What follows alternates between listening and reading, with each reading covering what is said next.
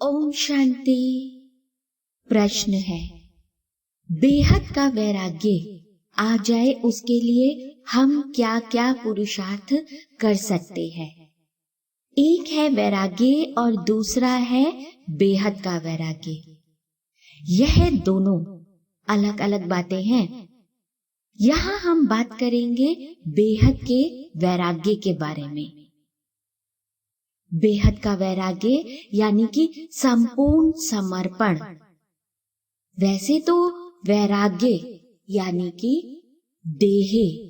देह के संबंधों से जो इस जन्म के हमारे हैं, उनसे हम बिल्कुल डिटैच हो जाए, उनके साथ रहते हुए, अपनी जिम्मेवारी निभाते हुए भी हमें किसी भी बात में, किसी भी वस्तु में वैराग्य नहीं होना चाहिए। बाबा हमेशा से ही कहते आए हैं कि बच्चे मन मना भव मध्याजी भव। याद की यात्रा में सदा मगन रहना, एक बाप दूसरा ना कोई। मन मना भव क्या है? यानी मन ही मन, मुझ एक को ही याद करो, मैं कौन हूं। सदैव यह स्मृति में रखो। मध्याजी भव, मध्य में कौन है? विष्णु। हमें उनके जैसा बनना है। वो कैसे बने? उनको ऐसा किसने बनाया? इसका हमें पुरुषार्थ करना है। मैंपन को समाप्त कर दो। मैंने सेवा की, मैंने ये कार्य किया, मेरे द्वारा ये सब हुआ, ये सब बिल्कुल मन और बुद्धि से निकाल दो। सिर्फ मुख से कुछ ना बोलना ही वैराग्य नहीं है। संकल्पों में भी मैंपन ना आए। जो कुछ आपका है वो सब कुछ आपका तो है ही नहीं, वो तो उसका दिया हुआ है जो आप यूज कर रहे हो। मेरे को तेरे में बदली करो, सब कुछ बाबा को सौंप दो। बाबा की चीज है, बाबा ने दी है, वो ही जाने। तो किसी भी चीज से, किसी भी संबंध से कोई भी अटैचमेंट नहीं रहेगी। और बेफिक्र बादशाह बन जाओ। फिक्र सारी बाबा को दे दो। सिर पर बोझ लेकर मत घूमो। हम पहले अपने आप ही जीवन में आई हुई परिस्थिति को सुलझाने का प्रयत्न करते हैं, जबकि भूल जाते हैं कि वो हजारों हाथ लिए हमारे सम्मुख हमेशा खड़ा रहता है।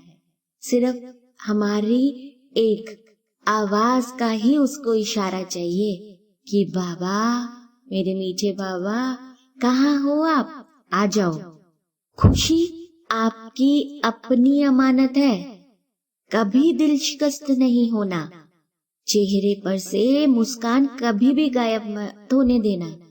इसके लिए बाबा ने कई बार सभा में यह पक्का कराया है।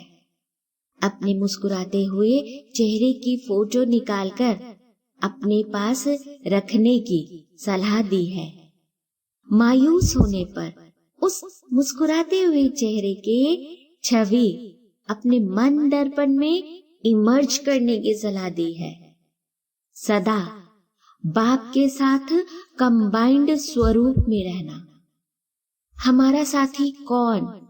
यह सदा साथ रखना। स्वयं भगवान सबसे शक्तिशाली है। वह मास्टर है, नॉलेजफुल है, ब्लिसफुल है। वो हमारा साथी है। हम सर्वशक्तिवान बाप के बच्चे हैं। मास्टर भगवान। यह कभी नहीं भूलना। सदा सच का साथ देना है। सच्चे दिल पर ही तो साहिब राजी है। सच्चाई की ही सदा जीत है। सच्चाई का रास्ता चाहे कठिन हो, लेकिन हम हमारी मंजिल पर पहुंच ही जाएंगे। सफलता हमारा जन्मसिद्ध अधिकार है और सब कुछ तो हुआ ही पड़ा है। यह निश्चय अपने मन और बुद्धि में पूरी तरह से बिठा लेना है। खुदा दोस्त बाबा को हमेशा अपना साथी बनाकर रखना है। सुख दुख में साथ रखना, अपनी खुशी में भी बाबा को शामिल करना। कोई भी परिस्थिति आए या परेशानी हो तो भी बाबा को बताना, सबसे पहले उन्हीं को बताना। बाबा भी एक दोस्त की तरह आपका साथ निभाएगा और सहायता के लिए तुरंत पहुंच जाएगा या किसी को आपकी मदद के लिए भेज देगा, निमित्त बनाकर, मगर करवाने वाला वही होगा। यह हमारा पर्सनल एक्सपीरियंस है। 2017 में सूरज भाई जी के मुंबई के घाटकोपर ओम शांति सेंटर में एक क्लास उन्होंने करवाई थी।